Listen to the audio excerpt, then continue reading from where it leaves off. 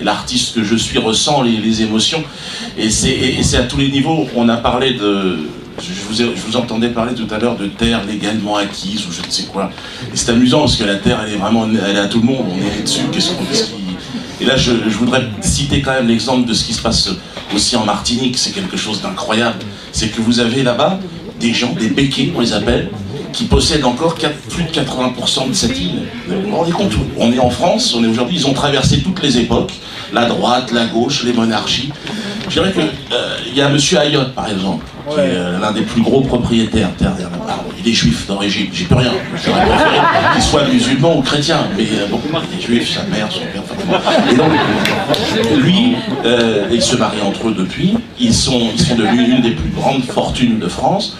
Ils sont ce que l'expression du racisme est la plus évidente. C'est en France, c'est en 2014. Ils possèdent encore une grande partie de l'île. Ils ont fait leur richesse sur le commerce des Noirs et sur le travail des Noirs. Ils sont là. Et quand on parle aujourd'hui de la Palestine, on est obligé de regarder que tout ce que vous appelez la légalité, tout ce que... Alors oui, ils ont certainement acheté, ils ont certainement un coup de tampon sur leur titre foncier, j'imagine. Il manquera plus que ça. Mais il est clair que nous sommes dans un tel débat d'injustice. Et quand vous avez une vision un peu, vous avez la chance d'avoir voyagé, moi je suis d'origine du Cameroun, j'ai vu ce qui se passe aussi avec les Pygmées. C'est un génocide par privation d'espace vital, c'est qu'ils n'ont plus d'espace, ils n'ont plus de forêt, ils n'ont plus d'arbres, on coupe tous leurs repères. Bon.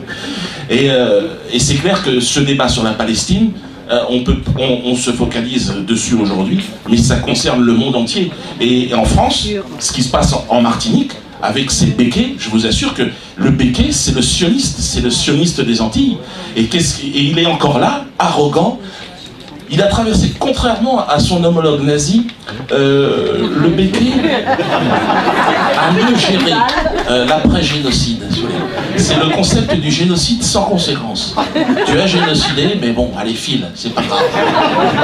Et ça, je tenais à vous le dire parce que c'est une véritable poudrière dans les îles. Ça va exploser. Et c'est une évidence parce qu'aujourd'hui il y a Internet, aujourd'hui on sait ce qui se passe.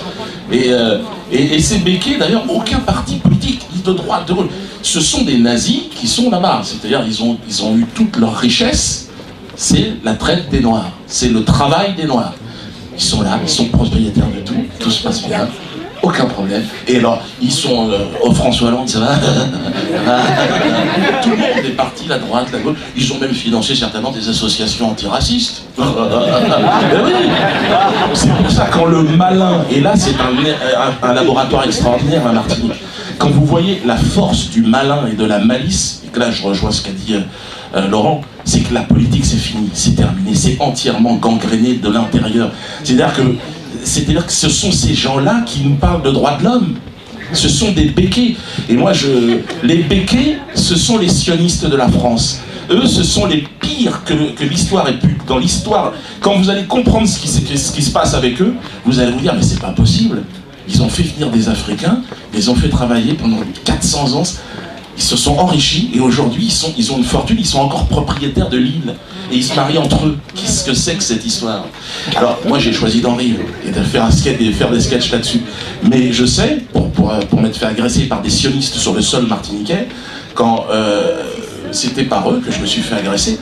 Et quand évidemment, j'ai eu la chance de rencontrer Aimé Césaire, qui m'a pris dans ses bras et qui m'a dit, il a découvert ce que le rire pouvait provoquer. Et il m'a dit, rire avec la souffrance nègre, Dieudonné, vous allez déranger du monde. Et je vois qu'effectivement, je dérange et ça ne va pas s'arrêter. Parce que ce que je vois en Palestine et ces enfants-là, dans mon histoire personnelle, ça vient de là, ça vient de cette injustice. Et quand j'entends, ils ont acheté légalement, non, pas d'histoire des Indiens. J'ai 3 caisses de bière, Manhattan. Non, c'était légal, c'était pas légal.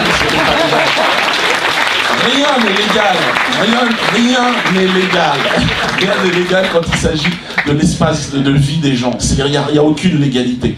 Et ce qui se passe, et je voulais le dire, ce qui se passe en Martinique, et je sais que ça bouge beaucoup là-bas en ce moment, et vous allez voir, il y avait déjà eu la Guadeloupe avec ces événements qui ont été... Et là, ce qui va se passer, parce que le monde s'observe avec Internet. Et là, ce qui est en train de se passer, c'est justement que ces jeunes Antillais prennent conscience de leur histoire, comment on a pu les endormir, comment Nicolas Sarkozy, quand il a été élu, voulait apprendre aux enfants antillais le nom d'un enfant déporté juif. C'était son projet. Même Simone Veil a dit non, arrête, tu vas trop loin, tu vas... on est dans une telle manipulation. Par contre, effectivement, alors sans prendre au béquet, vous allez avoir, évidemment, vous êtes traité d'antisémite.